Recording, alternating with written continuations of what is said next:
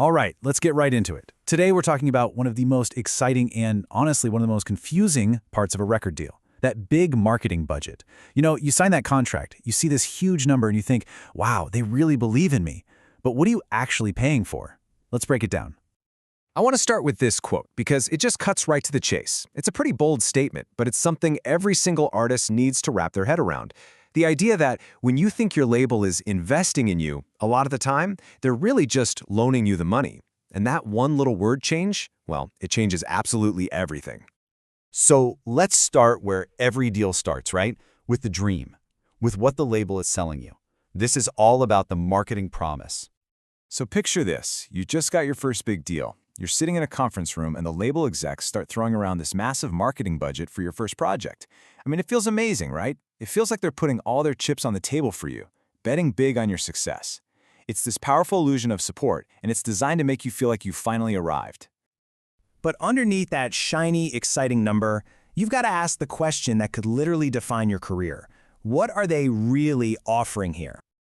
And answering that question brings us to what's actually going on. So, welcome to part 2, the recoupable reality.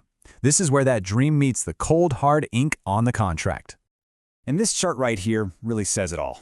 On one side, you've got the myth, a generous investment, a gift to help you grow. But the reality?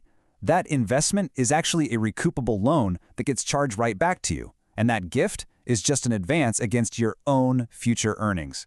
Once you see it this way, the whole relationship looks totally different. Which leads us to probably the single most important word in this whole conversation.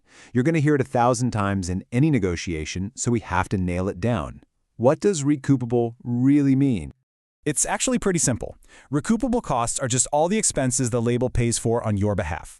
They put up the cash, but, and this is the big but, they expect to get all of it back from your share of the money before you see a single dollar in profit.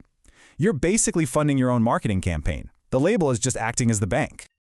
So what kinds of things are we talking about here? What gets put on your tab?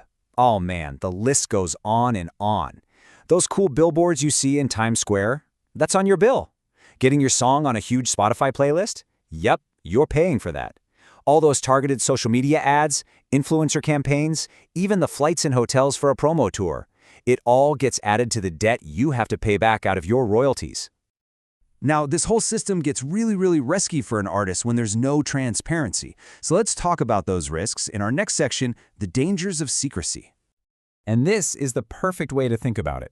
Without any clear, itemized accounting, that huge marketing budget just becomes a total black box. The label pours money in, stuff supposedly happens on the other side, but you have no real idea where that money's going or how effective it is. So what's hiding inside this black box? Well, the risks are pretty serious. You could be dealing with inflated costs, misclassified expenses. You might even find out that part of your budget is going to pay for the label's holiday party or some other general company project that has nothing to do with you. Meanwhile, the label keeps spending, your debt keeps growing, and you stay unrecouped, which means you're not making any money. And here's the really weird part. This whole setup creates what's called a perverse incentive. I mean, think about it. The more money the label spends, even if they spend it inefficiently, the more money you owe them. It can keep you in debt to them for years, all while they might be making a profit on their end. It's a real conflict of interest. Okay, so that's the problem. And I know it sounds pretty intense. But, and this is a big but, there are absolutely solutions. Knowledge is power, right? So let's get into your protection playbook. This is your action plan. 4 straightforward but incredibly powerful things you can negotiate for. Number 1, demand detailed accounting. You want to see every single receipt. 2, cap the recoupable costs. Put a hard ceiling on how much they can spend and charge back to you. 3, require your approval on major expenses. Anything over, say, $5,000 needs your signature. And 4, this one is so important, get a clear definition of marketing in the contract, so you're only paying for things that directly promote your project. At the end of the day, all of this really comes down to one core idea, which is our final section. Knowledge is leverage. And let's be really clear about something. Asking for this stuff isn't about mistrusting your label. It's about being a smart business person. Your art is your business, and this is just you taking professional control over your finances and ultimately your career.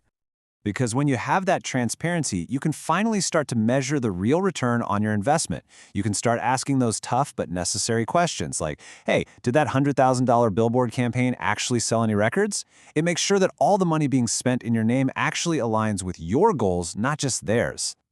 So I'm just going to leave you with this one final thought. It's a really simple question, but it kind of reframes this entire conversation. At the end of the day, if you're the one paying for all the marketing, shouldn't you know exactly where every single one of your dollars is going?